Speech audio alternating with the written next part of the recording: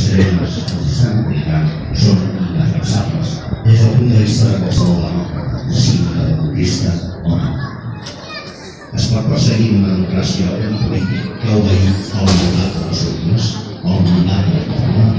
Bé, aquesta democràcia, que diuen democràcia, sempre es pot perseguir. Però no és aquesta la democràcia que defensen els nostres polítics. Si tenim polítics exiliats i a la presó és perquè defensen un altre model de democràcia, perquè defensen la llibertat. Tenim polítics perseguits perquè han procurat en tot moment el diàleg amb els adversaris polítics, que han defensat sempre la no violència davant la reacció de l'Estat amb les porres i les amenaces. I pots estar-hi en contra, pots oposar-t'hi, però en democràcia es pot tancar els representants del poble a la presó. I a més, pot haver-hi altres polítics que se'n puguin beneficiar per arribar a la presidència de l'Estat perquè tenim polítics exiliats o a la presó? Bé, està demostrat que sí, que n'hi ha que se'n volen aprofitar d'aquesta situació.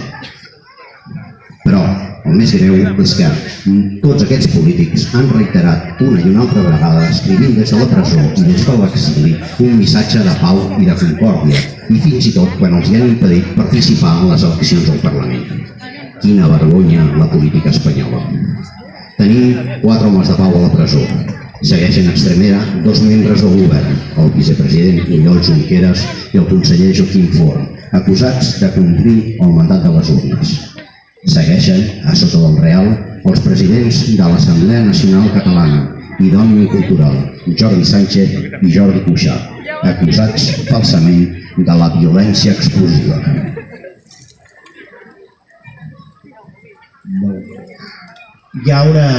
Abans de continuar llegint el manifest, hi ha una cosa que sí que és molt increïble del que està passant.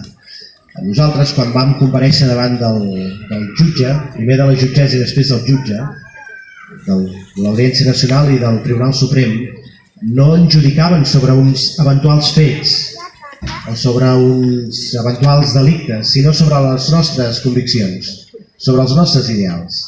Ens intentaven interrogar sobre les nostres conviccions. I això és més propi de sistemes inquisitorials que no pas d'un pretès estat de dret. I avui em temo que deu haver passat exactament el mateix. Per tant, vol dir que aquí hi ha una inspiració més en la Inquisició, en la contrarreforma, que no pas en un estat democràtic i en un estat que abraci la llibertat, la igualtat i la fraternitat.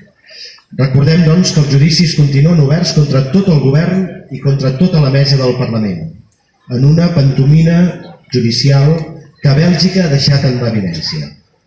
Ens en recordem també que el Tribunal Suprem va retirar l'euroordre contra el president Carles Puigdemont i el govern a l'exili quan va veure que l'administració de justícia belga estava a punt de denegar formalment l'extradició dels nostres representants. Allà els delictes de rebel·lió i de sedició pel qual ens demanen 30 anys de presó, allà no és que no existeixin, és que els consideren absolutament inversemblants. Allà la rebel·lió és la que fan els militars, no és la que fan els demòcrates complint el mandat democràtic de la gent. La justícia belga és independent, com ha de ser la justícia en tot estat de dret per protegir la gent de les arbitrarietats dels seus respectius governs. Trist és aquell país on els jutges de l'alta magistratura són professionals nomenats per les seves afinitats polítiques. Avui toca recordar que Oriol Junqueras és el vicepresident del govern de la Generalitat, el vicepresident del govern legítim de Catalunya i responsable de la nostra economia.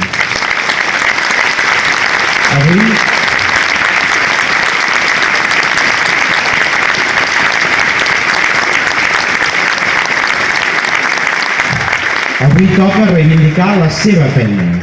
Avui toca dir que les exportacions han augmentat, que el port i l'aeroport han multiplicat el seu trànsit, que el turisme ha continuat fort, que l'atur ha baixat, que la Generalitat ha fet superàvit durant la seva gestió al capdavant del Departament d'Economia.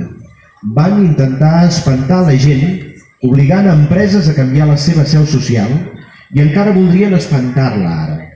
Per defensar els seus interessos van intentar embrutir la bona feina del nostre govern i l'empenta social del nostre Parlament. Però els seus intents d'espantar-nos han fracassat. La majoria de la gent d'aquest país no ha tingut por i els ha cregut. No tenim por.